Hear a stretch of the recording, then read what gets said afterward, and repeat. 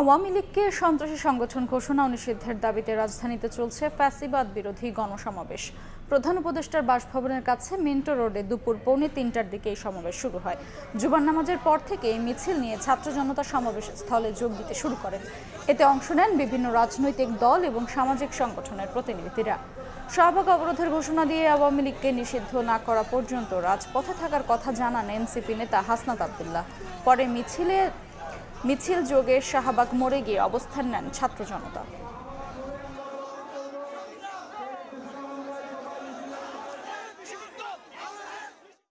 ইন্টারিমের কানে শহীদের আওয়াজ পৌঁছায় না, আহতদের আর্তনাদ পৌঁছায় না।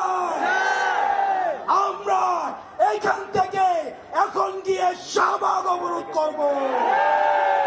যতক্ষণ পর্যন্ত আওয়ামী লীগকে নিষিদ্ধ না করে, আওয়ামী লীগকে নিষিদ্ধ করে প্রজ্ঞাপন জারি করা হবে, আমরা জায়গা ছাড়ব না। এই মুহূর্তে রাজধানীর শাহবাগে আছেন সহকর্মী হাসান ওয়ালি, সরাসরি যাচ্ছি তার কাছে।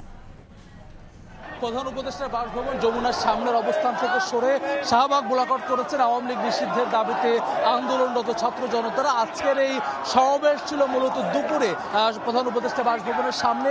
সেই সমাবেশ থেকেই হাসনাত আবদুল্লাহ ঘোষণা দিয়েছেন যে যেহেতু অন্তর্বর্তীকালীন সরকার তাদের কথা শুনছেন এমন অভিযোগ করে তিনি বলেছেন তারা শাহবাগ ব্লক করবেন। আমরা দেখেছি এরপরে কিন্তু মিছিল যোগে যারা আসলে এই সমাবেশে এসেছিলেন বিভিন্ন প্রান্ত থেকে রাজধানীর বিভিন্ন রাজনৈতিক দলের কর্মী সমর্থক এবং জুলাই গণঅভ্যুত্থানে যারা রাজপথে ছিলেন তারা সবাই কিন্তু এখন সেই জায়গা ছেড়ে শাহবাগের এই জায়গাটি অবরোধ করেছে, যার ফলে আসলে শাহবাগের যে মূল প্রান্ত অন্যান্য পাশের যে যান চলাচল সেই জায়গা বন্ধ। এখন পুরো জায়গাটি যেই ছাত্র জনতা রাজপথে ছিলেন গতকাল রাত থেকে তাদের দখলে।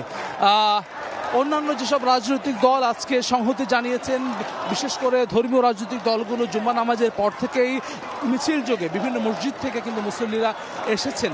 যারা বক্তব্য দিয়েছিলেন প্রধান উপদেষ্টা বাসভবনের সামনে তারা বলছিলেন যেই শুধুমাত্র জুলাই আগস্টের গণহত্যার দায় শুধু আওয়ামী লীগের নাই, তারা বলছেন এর বাইরেও শাপলা 5 মে হেফাজত ইসলামের উপরে যে হত্যাকাণ্ড সেটি যেমন তারা বলছেন, একই সঙ্গে পিলখানা হত্যাকাণ্ড সহ বিগত 16 বছরে বিরোধী দলের উপরে রাজনৈতিক নেতৃবৃন্দের উপরে যে হামলা নির্যাতন করা হয়েছে, খুন করা হয়েছে, যারা গুম হয়েছেন, বক্তারা বলছেন যে আসলে তাদের সেই সব কিছু দায় নিয়ে আওয়ামী লীগকে নিষিদ্ধ করতে হবে। হাসনাত আবদুল্লাহ বক্তব্য রেখেছেন, তারা যে অভিযোগগুলো করছেন তারা বলছেন যে তাদের প্রত্যাশা অনুযায়ী আসলে অন্তর্বর্তীকালীন সরকার আওয়ামী লীগ নিষিদ্ধের ব্যাপারে যে ধরনের পদক্ষেপ নেওয়া দরকার সেই পদক্ষেপ নেয়নি, যার ফলেই তারা বলছেন যে এইবারে আসলে তারা আওয়ামী লীগের নিষিদ্ধ চান। আওয়ামী লীগের নিষিদ্ধের ঘোষণা না আসা পর্যন্ত তারা রাস্তা ছেড়ে যাবেন না। আমরা জানি যে 5 আগস্টে আওয়ামী লীগ সরকারের পতনের পরে যেই পথ পরিক্রমা এবং তার মধ্য দিয়ে অন্তর্বর্তীকালীন সরকারের শপথ নেওয়া এবং ধারাবাহিকভাবে এর পরবর্তীতে যারা আন্দোলন ছিলেন জুলাই গণঅভ্যুত্থানের নেতৃত্ব দিয়েছেন তাদের নেতৃত্বে জাতীয় নাগরিক পার্টি এনসিপি গঠন করা এবং এরপরে আসলে অন্যান্য ইস্যুতেই কিন্তু আসলে রাজপথ সরগরম ছিল, বিশেষ করে সংস্কার নাকি নির্বাচন এমন নানান প্রশ্নে।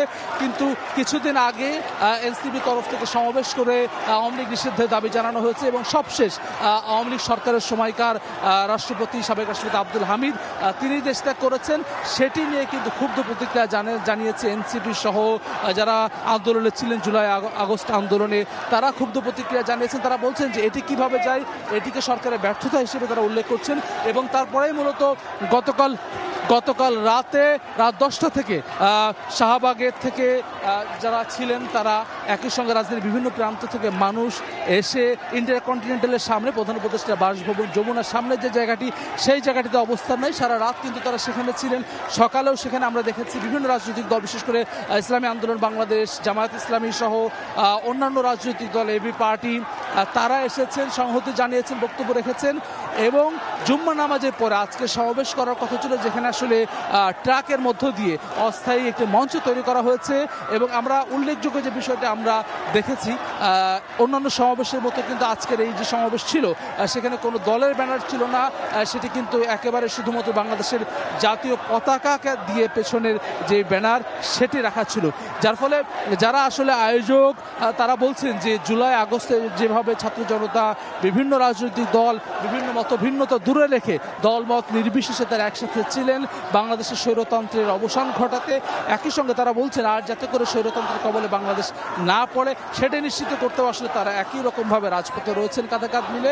তারা দাবি করছেন যে আওয়ামী লীগ নিষিদ্ধ করার মধ্য দিয়ে আসলে তাদের এই যে আন্দোলন এটি তারা থামাবেন, আওয়ামী লীগ নিষিদ্ধ না করা পর্যন্ত তারা রাজপথ ছাড়বেন না। যারা আসলে গণঅভ্যুত্থানের নেতৃত্ব দিয়েছে, বৈষম্যবিরোধী ছাত্র আন্দোলনের নেতা ছিলেন, তারা বলছেন যে ৭২ সালের বাকশাল সহ পরবর্তীতে প্রতিটি সময়ে হাসনাত আবদুল্লাহ আওয়ামী লীগকে সন্ত্রাসী সংগঠন হিসেবে অভিহিত করেছেন, বলেছেন যে আওয়ামী লীগের হাতে রক্ত লেগে আছে এমন অভিযোগ করেছেন এবং সেই দায়ে আওয়ামী লীগকে যাতে করে নিষিদ্ধ করা হয় সেটি তারা বলছেন। আমরা দেখেছি যে গতকালকেই যুব ক্রিয়া উপদেষ্টা আসিফ মাহমুদ সজীব ভাই একটি স্ট্যাটাসে স্বেচ্ছাসেবক লীগ এবং যুবলীগ নিষিদ্ধ করার এক ধরনের সিদ্ধান্ত নেওয়া হচ্ছে এমন কথা জানিয়েছে, যেটি কিন্তু আজকের এই সমাবেশ থেকে যে বক্তারা তারা কিন্তু সেটিকে সমর্থন করছে না। তারা বলছেন আওয়ামী লীগকে নিষিদ্ধ করতে হবে। তার পরবর্তী আসলে তার সঙ্গে সঙ্গে সহযোগী সংগঠন সহ যারা আসলে তার সঙ্গে ছিলেন, এই ফেসিবাদকে যারা আসলে অবস্থান সুদৃঢ় রাখার জন্য যারা সহযোগিতা করেছেন তাদেরকে নিষিদ্ধ করতে হবে। একই সঙ্গে তেমন দাবি নিয়ে আজকে শুক্রবার আমরা দেখেছি সারাদিনই যমুনার সামনে সাধারণ মানুষের অবস্থান ছিল। জুম্মার নামাজের পরে সেটি মূলত লাখো মানুষে পরিণত হয় এবং এই মুহূর্তে শাহবাগের এই জায়গাটি এখন কিন্তু পুরোপুরি ছাত্র জনতার দখলে। তারা স্লোগানে প্রকম্পিত করছেন, স্লোগানের মধ্য দিয়ে আওয়ামী লীগ নিষিদ্ধের দাবি জানাচ্ছেন, গণহত্যার বিচার দাবি করছেন এবং একই সঙ্গে তারা বলছেন যে যারা সাবেক রাষ্ট্রপতি আব্দুল হামিদ দেশত্যাগের যারা আসলে সংযুক্ত ছিলেন, যারা এর সঙ্গে জড়িত তাদেরকে খুঁজে বের করে যাদেরকে শাস্তি দেওয়া হয় তেমন দাবি কিন্তু আসলে আজকের এই অবস্থান থেকে করছেন। আমরা পূর্ব নির্ধারিত যে কর্মসূচিতে ছিল সেটি ছিল যে সমাবেশ, অর্থাৎ ফ্যাসিবাদ বিরোধী সমাবেশ, যে সমাবেশ থেকে আওয়ামী লীগের নিষিদ্ধের দাবি জানানো হবে। সেটি আমরা হঠাৎ করেই সমাবেশের মাঝামাঝি সময়ে হাসনাত আবদুল্লাহ তিনি বক্তব্য রাখেন এবং তিনি জানান যে ইন্টারিম গভর্নমেন্ট তাদের এই দাবি দেওয়াকে গুরুত্ব দিচ্ছে না এমন অভিযোগ তারা করেন এবং তারই প্রেক্ষিতে তারা এই শাহবাগ ব্লকেটের কর্মসূচির ঘোষণা করেন হাসনাত আবদুল্লাহ। হাসনাত আবদুল্লাহ যিনি গণঅভ্যুত্থানে বৈষম্যবিরোধী ছাত্র আন্দোলনের অন্যতম সমন্বয়ক, তিনি নেতৃত্ব দিয়েছেন এবং পরবর্তীতে জাতীয় নাগরিক পার্টি এনসিপির মুখ্য সংগঠক হিসেবে দায়িত্ব পালন করছেন দক্ষিণাঞ্চলের। মঞ্চে আজকে আমরা সার্জিস আলমকে দেখেছি, অন্যান্য নেতৃবৃন্দকে দেখেছি, বিভিন্ন রাজনৈতিক দলের নেতৃবৃন্দ ছিলেন। এই জায়গাটিতে শাহবাগেও কিন্তু বিভিন্ন রাজনৈতিক দলের সদস্যরা রয়েছেন, বিভিন্ন এখানে বিশ্ববিদ্যালয় কলেজের শিক্ষার্থীরা যেমন রয়েছেন, মাদ্রাসার শিক্ষার্থীরাও রয়েছেন, যারা জুলাই গণঅভ্যুত্থানের এই গণহত্যার বিচারের দাবি যেমন করছেন, একই সঙ্গে ৫ মে শাপলার গণহত্যার বিচারের দাবি করছেন, পিলখানা হত্যাকাণ্ডের বিচারের দাবি করছেন। বিগত ১৬ বছরে যেসব হত্যার ঘটনা ঘটেছে, খুনের ঘটনা ঘটেছে, যারা গুমের শিকার হয়েছেন সেসব ঘটনার বিচার দাবি করছেন, তারই দায় নিয়ে আওয়ামী লীগ নিষিদ্ধের দাবি জানাচ্ছেন। আওয়ামী লীগকে নিষিদ্ধের দাবিতে বিক্ষোভের সবশেষ খবর জানছিলাম রাজধানীর শাহবাগ থেকে।